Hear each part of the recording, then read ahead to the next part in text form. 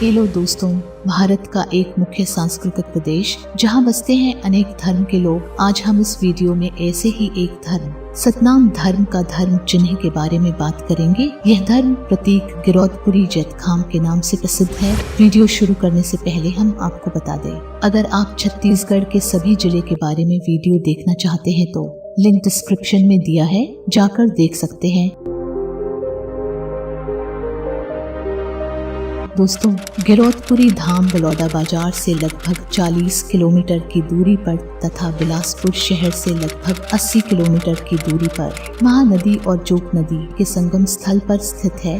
गिरौदपुरी धाम छत्तीसगढ़ के मुख्य धार्मिक स्थलों में से एक है।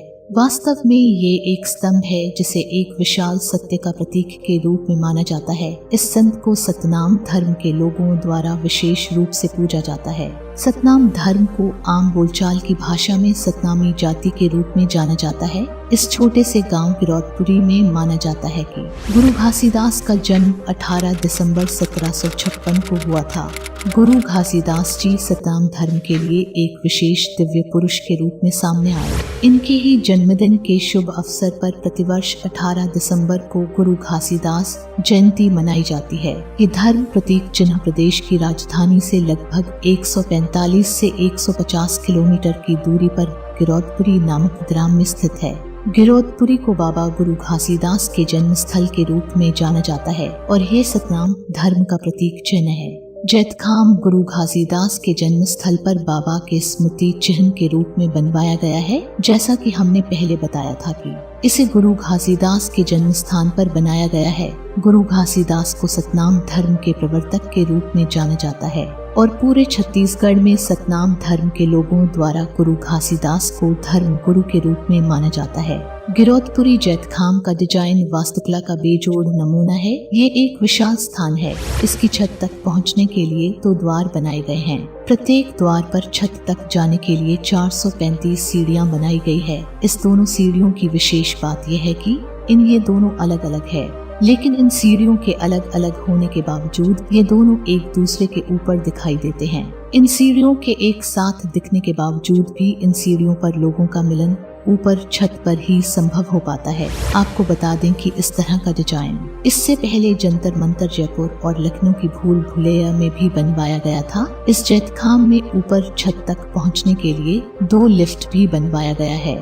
आमतौर पर यहाँ जाने वाले ज्यादातर यात्री इस सीढ़ियों के माध्यम से ही ऊपर जाते हैं, लेकिन जिन लोगों को चलने में दिक्कत होती है या जो बुजुर्ग हो चुके हैं, ऐसे लोग लिफ्ट के माध्यम से आसानी से ऊपर छत तक पहुँच सकते हैं। इस पूरे जैतखाम को भारत के कई विशेष ऐतिहासिक स्थलों के नकलों से बनाया गया है, जिसमें से इसकी सीढ़ियां जयपुर की जंतर मंतर और लखनऊ के भूल भुलैया से मिलती जुलती है। तो वहीं इस स्तंभ का गार्डन ताजमहल और मुगल गार्डन की तरह ही बनाया गया है। अगर इंजीनियरों की माने तो इस गार्डन को देसी व विदेशी फूलों से अच्छी तरह से सजाया गया है। ये गार्डन दार्शनिकों को अपनी ओर काफी आकर्षित करते हैं। जिस प्रकार ताजमहल के सामने में एक कुंड या तालाब है, ठीक उसी तरह इस जैतखाम के सामने भी एक कुंड बनवाया गया है। कुंड में रात की दूधिया रोशनी से जैतखाम की आकृति को आसानी से देखा जा सकता है। रात की दूधिया प्रकाश में इस कुंड में दिखने वाला जैतखाम और वास्तविक जैतखाम दोनों एक समान दिखाई देते हैं। ऐसा लगता है कि मानो दोनों जैतखाम एक दूसरे के समक्ष खड़ा हो। ये जैतखाम देश की सबसे ऊंची मीनार कहे जाने वाले कुतुब मीनार से भी 6 फीट ऊंची है। ये पूरे छत्तीसगढ़ वासी और सतनाम धर्म के लोगों के लिए गर्व की बात है। कुतुब मीनार से ऊंचे इस जैतखाम को बनाने की योजना अजीत जोगी की सरकार द्वारा तैयार की गई थी। माननीय अजीत जोगी जी छत्तीसगढ़ के प्रथम मुख्यमंत्री के रूप में जाने जाते हैं। इनका मृत्यु सन 2020 में हो गया था। अजीत जोगी के इस योजना को तैयार करने के पश्चात स्तंभ को बनाने का काम 2007 से 2008 को शुरू हुआ था।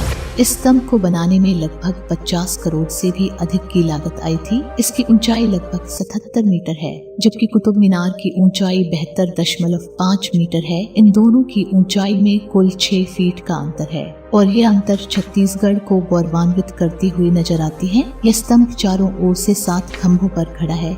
इन 7 स्तंभों के मध्य में एक बड़ी खाली जगह है। इसे एक विशाल हाल भी कहा जा सकता है। ये स्तंभ गाजीदास गुरु के जन्म दिवस 18 दिसंबर के अवसर पर विशेष रूप से पूजा जाता है।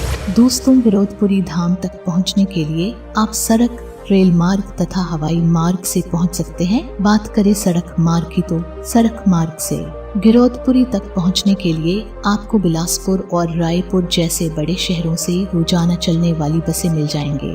गिरौदपुरी छत्तीसगढ़ के मुख्य शहरों से अच्छी तरह जुड़ा है।